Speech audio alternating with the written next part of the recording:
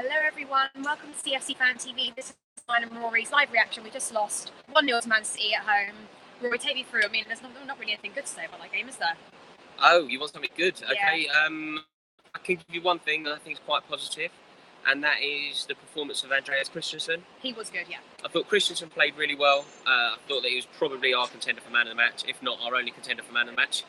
Apart from Andreas Christensen, there's not much to be happy about.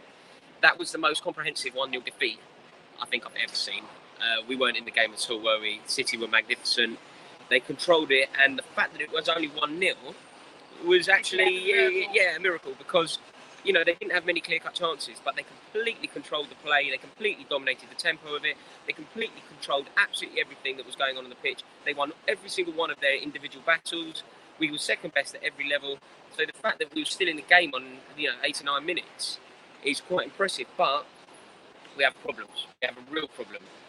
And here's for why. Shall I tell you something very worrying? I'm reading your comments coming in, by the way, and I'm going to say something really troubling here. We have now played, 4 games at home? Yeah. We have won 1. You do not win anything in this Premier League if you do not win your home games. If the home team, the home stadium isn't a fortress, you are going nowhere. You are not going to win the league. There's no way you can do it. We've played 3-1-3 away from home. That's very impressive. But this home form is troubling. Burnley have won here. Arsenal have got points here. City have won here. And we've beaten Everton, who have proved to be one of the most average starts of the season that I can remember. So, really worrying. And this home form is giving me a headache, Sophie. What I don't understand is, this is my answer this for me, Rory. We moved Dave, but is that because he wants to play Cahill? I mean, there's no reason to move him. Why are we trying to fix something that isn't broken? We were playing absolutely fantastically with Rudiger, Christensen and Dave. My theory, are you asking me? Yeah, I think that if I'm going to try and find a reason and a logic behind what we did, I think it has to be this. And I think it has to be that Andreas Christensen, although an experienced player, is a novice to the Premier League. He's very new. Although excellent, he's very new to the Premier League. And I think that we wanted as much experience surrounding him as possible. And that means playing Cahill, very experienced, playing Rudiger, played at the highest level. It means playing Azpilicueta, and it means playing Marcos Alonso. It means having your best defenders on the pitch around him. And Azpilicueta is a better defender than Victor Moses. So for that reason alone, I think it's probably makes sense to have done it. Yeah. I mean, it's not something that I particularly think was a great idea, but I can see the logic behind it. But yeah, it didn't work. It didn't work. But something not working doesn't mean it's not a good idea. Things aren't as simple as that. It's not.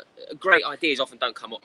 Most good ideas don't come off. In fact, it's not. There's not a simple correlation. Something not working equals a bad idea. Sometimes things are very good ideas, they just didn't pay off. And I think this is that. I see where he was coming from. Remember, we need to rotate the team as well. This team are knackered. That was incredible. They did look tired. They did look tired, to be fair. But we were in Madrid. I feel like we actually started off quite well until Morata went off, which is obviously a little bit worrying. If he's injured, then I am very worried. I don't know if I agree with you, Soph. I think you're being very generous. You're finding a positive there. Yeah, no. I think that they, bearing in mind we're the home team, I think they probably started as well as we. I think early on it was 50-50. They're probably 50-50 isn't good enough for us. We should be steamrolling the team. No, yeah. It's not okay. And this home form is troubling, man. If Morata is out, seeing how his injury is, do you trust Michy? I mean, I like Michy Batshuayi. I actually quite like him as a striker. I think he's a good striker. Antonio Conte trusts him to play up there on his own. I don't know.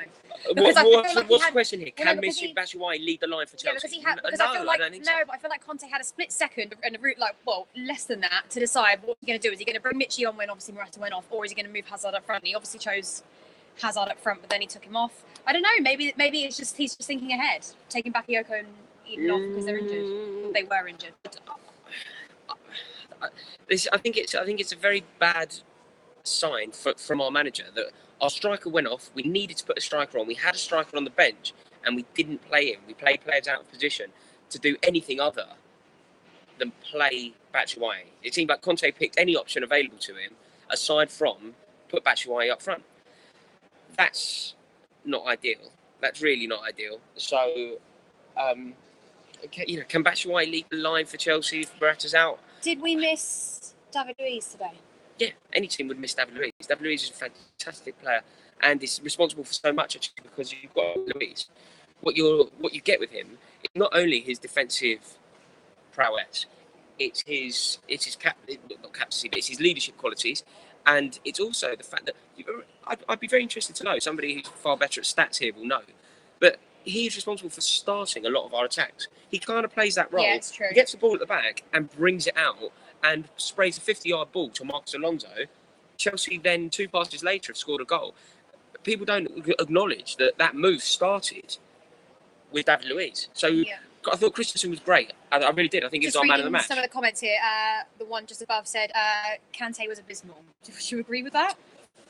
I think it's a harsh appraisal. I don't think it was his best game, but I think that the majority of our team, aside from the obvious players, struggled. I thought Christensen did very well. I thought Eden Hazard tried very hard. Kante probably had a bad game for its own high standards, but I thought he was magnificent in Madrid. And we have a very small squad, and we're very reliant on him. So I'm not going to give him any grief. I think people are very, very quick to turn on players, and I'm not part of that, not by one bit. But yeah, it wasn't Kante's best game. What else would you say? Before, I wanted to bring up one before this that was being said. Musonda. It's not a bad shout. It's not a bad shout. He doesn't have. I mean, playing him in a big game like this, that might be a bit far fetched, but I do feel like we need to give these sorts of players a good run in. He was fantastic. Musonda was excellent against Forest, but.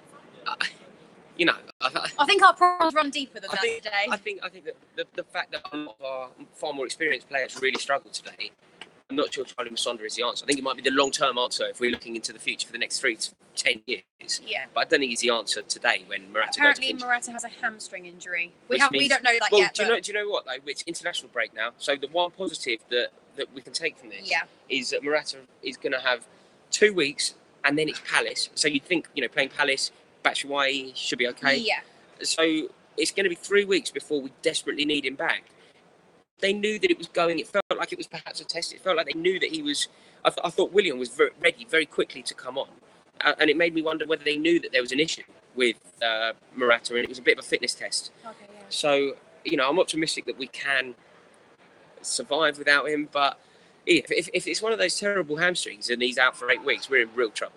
Yeah. All right, then, guys. Well, comment below and let us know what you think of the game. Yeah, I'm going to be on these comments, actually. I'm going to sit and have a read, so let us know what you think. Really do want to hear it. All right, then. And can you just do us one favour? Sorry to interrupt you, Shay. Yeah. If you enjoy these videos, these sort of live, I don't know what they are, live Q&As or whatever, you can see us. We're still in the stadium. So if we turn that way to the wall, then you get a really clear shot of us. There you go. So, hang on, just go back. Well, I can't because you're in front of me. Just quickly, before we go, just wanted to say, if you enjoy these things that we do, just give this video a thumbs up, just so we can monitor it. And if you like it, we'll do more. If you don't like it, we won't do it. Thank you, Shrag. We love doing the live. Did somebody just say they like it? Yeah, Shrag. Oh, nice one, Shrag. At least one person does. Yeah. But yeah, let us know. Just drop the video a like, and if it gets 200-300 or whatever, we'll do it more. If it gets 40, we won't. Oh, and just to quote you there, I think having Noah Aguero it was a good thing today. Otherwise, we would have been in a lot more trouble than just a 1-0 defeat. Wicked. Yeah. See you later, guys.